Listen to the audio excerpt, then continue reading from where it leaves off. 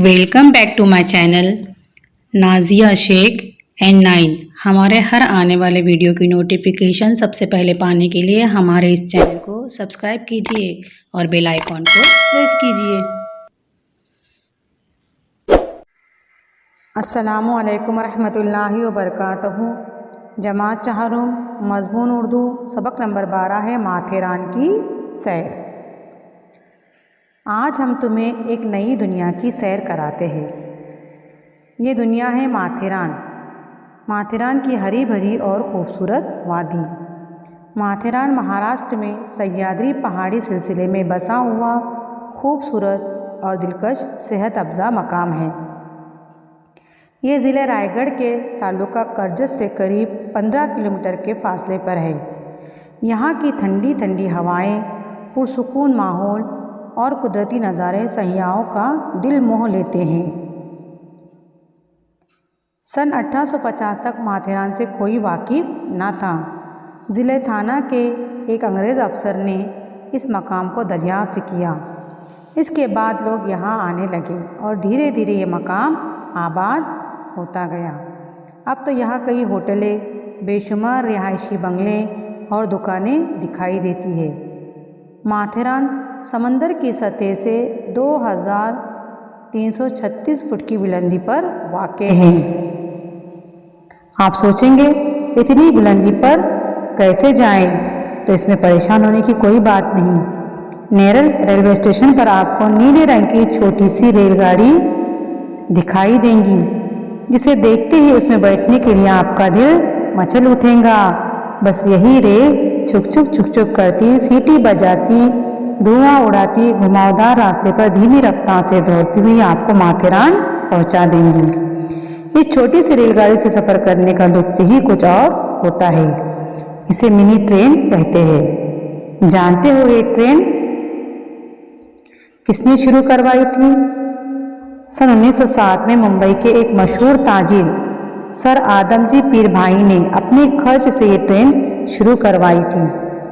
इस ट्रेन के ज़रिए हम तकरीबन 21 किलोमीटर का पेचदार रास्ता तय करते हैं। 4 स्टेशनों से गुजरती हुई ये ट्रेन हमें 2 घंटे के सफ़र के बाद माथेरान पहुंचाती है। बारिश के मौसम में ये ट्रेन बंद कर दी जाती है।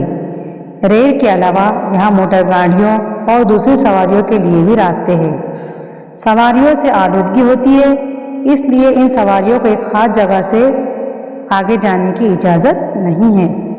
यही वजह है कि माथेरान की हवा साफ़ सुथरी और सेहत बख्श है।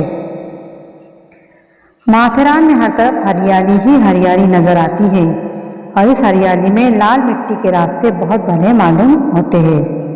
इन रास्तों पर सैयाह पैदल या हाथ रिक्शा पर आते जाते दिखाई देते हैं। बाद सैयाह घुड़सवारी का लुत्फ़ भी उठाते हैं। घने दरख्त के सायों से घिरे इन दरख्तों पर चलते हुए एक अजीब से सुकून का एहसास होता है। ऐसा महसूस होता है जैसे हम किसी दूसरी दुनिया में आ गए हों। न शोर न हंगामा, बस खामोशी ही खामोशी। ये खामोशी और सन्नाटा कभी किसी परिंदे के बोलने, बंदरों की चीख पुकार या घुड़सवारों के घोड़ों के हिनहिनाने की आवाज़ से टूट जाता है।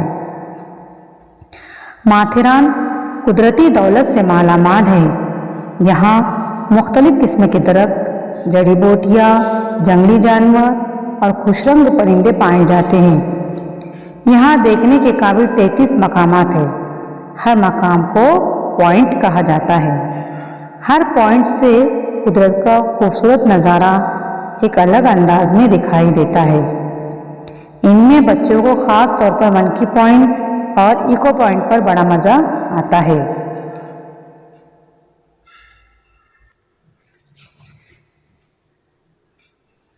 मंकी पॉइंट पर बेशुमार बंदर पाए जाते हैं। इनकी धमा चौकड़ी, ऊधम और शरारतों से बच्चे बहुत लुत्फ़अंदोज़ होते हैं, लुत्फ़ उठाते हैं।